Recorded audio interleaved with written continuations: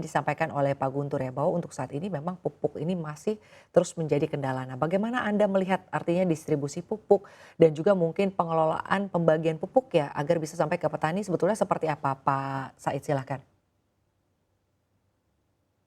Baik, terima kasih Mbak Sinta. Saya kira yang terakhir disampaikan Pak Guntur sangat tepat ya, karena persoalan di kita itu tidak hanya di produksi pupuknya, tetapi juga di soal distribusi ya. Kami di KRKP pernah melakukan kajian di 2017-18 di 5 kabupaten di Jawa, kemudian NTT dan Sulawesi. Sebenarnya sama dengan temuan kajian yang lain juga, bahwa ada problem yang serius di konteks distribusi pupuk. Problemnya tidak hanya di konteks proses distribusinya, tetapi juga proses pengawasannya ya.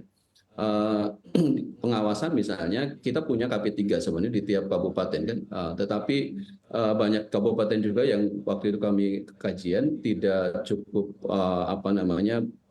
melakukan tugas dengan baik dengan berbagai alasan ya, penyebab gitu. Nah ini satu hal. Yang kedua, di proses distribusian ya, ketidaktepatan waktu, jumlah dan seterusnya itu masih juga terjadi.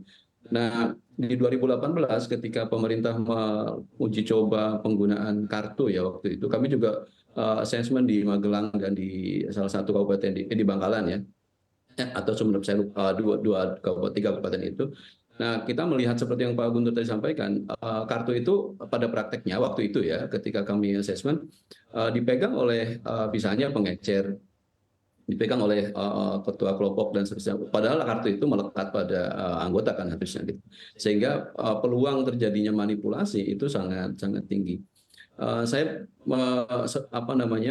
terkait dengan pupuk menjadi kewajiban kita untuk memastikan ketidaktepatan yang 5 tidak tepat bisa yang terjadi itu, sasaran, waktu, jumlah, harga, itu dan penerimaan manfaat gitu ya, itu dipastikan tidak terjadi lagi. Jadi harus benar-benar tepat. Penggunaan KTP misalnya untuk mempermudah, ya itu satu hal yang baik, atau dengan satu data gitu ya lewat NIK. Tetapi lagi-lagi persoalan dasarnya adalah apakah mekanisme penyalurannya membuka, masih ada ruang atau celah yang memungkinkan terjadi penyelewengan enggak? Itu pertanyaan. Yang kedua, pengawasan semana. Walaupun kita udah buat rapi, tapi celahnya masih ada, dan ditambah dengan misalnya pengawasannya tidak ada, itu jadi problem juga gitu bagi saya. Nah, yang ketiga, menurut saya yang perlu dilakukan juga, hari ini kan penggunaan pupuk di tingkat petani udah luar biasa ya, jauh melampaui anjuran gitu. Dan ini yang menyebabkan kemudian degradasi agroekosistem kita, terutama lahan gitu. Sehingga di Jawa misalnya, kebutuhan pupuk dari waktu ke waktu terus naik. Kalau mau mempertahankan produksi, petani mau nggak mau harus pakai pupuk kimiawi. Yang kedua, jumlahnya terus cenderung dalam kurun 20 tahun terakhir naik terus, sehingga permintaan tadi disampaikan RDKK-nya jadi lebih tinggi. Iya, wajar, karena kemudian petani Baik. kecenderungannya ingin dapat banyak-banyaknya. Nah, ini saya kira juga harus ada upaya penguatan kapasitas ke petani, sehingga Mbak Sinta, saya mau katakan bahwa pupuk menjadi penting, iya, karena kalau belajar di 2023 ketika pupuk dikurangi setengahnya, sesungguhnya produktivitasnya sangat terganggu. Baik. Kedua, rendemennya ya, kadar air gabah yang kemarin tahun 2023 itu kan turun, Baik. sehingga produksi banyak pun pada akhirnya dikonversi ke beras jadi sedikit, Mbak Sinta. Ini juga persoalan saya kira yang penting untuk dilanjutkan. Satu lagi Mbak Sinta, sebelum saya terlewat, saya ingin mengatakan bahwa refocusing oke gitu dengan situasi yang sekarang, tetapi tadi saya membayangkan akan ada tambahan anggaran, Baik. dan rasanya tidak cukup hanya memperkuat infrastruktur kemudian pupuk. Jangan lupa petani itu juga butuh keuntungan.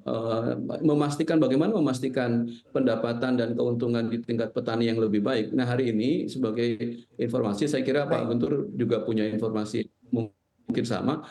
Ketika harga beras kemarin naik, itu kan bagi petani berkah ya. Pada satu sisi mereka dapat, jarang-jarang dalam sejarah kehidupan mereka harga bisa tembus gabah 10.000 gitu. Baik.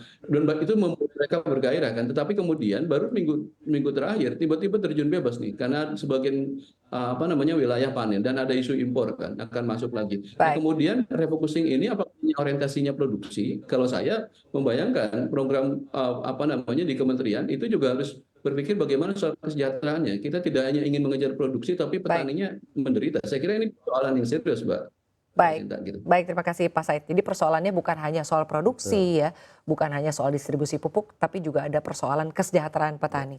Terakhir Pak, singkat saja, bagaimana Ya. Anda melihat kesejahteraan tani Pak untuk saat ini? Iya, ini yang tadi sampaikan Mas Said ya, saya kira di satu sisi ketika kenaikan harga gabah petani mendapatkan pendapatan yang signifikan. Tetapi kalau kita lihat HPP produksinya sendiri sebenarnya mengalami kenaikan yang cukup tinggi. Itu karena tadi pupuknya susah dan petani ini saat ini tergantung sekali terhadap pupuk kimia dan obat-obatan. Ada satu petani misalnya saat kita kunjungan juga ke Kerawang itu, dia bisa 10 kali membeli obat dalam satu musim. Satu kali obat itu 700.000 dengan biaya penyemprotan dan lain-lain. Nah kondisi inilah yang sebenarnya menjadikan biaya produksi itu menjadi naik. Nah solusinya apa? Solusinya adalah bagaimana meningkatkan kapasitas petani, terutama meminimalisir penggunaan pupuk kimia, tetapi dia mengoptimalkan pupuk yang ramah lingkungan.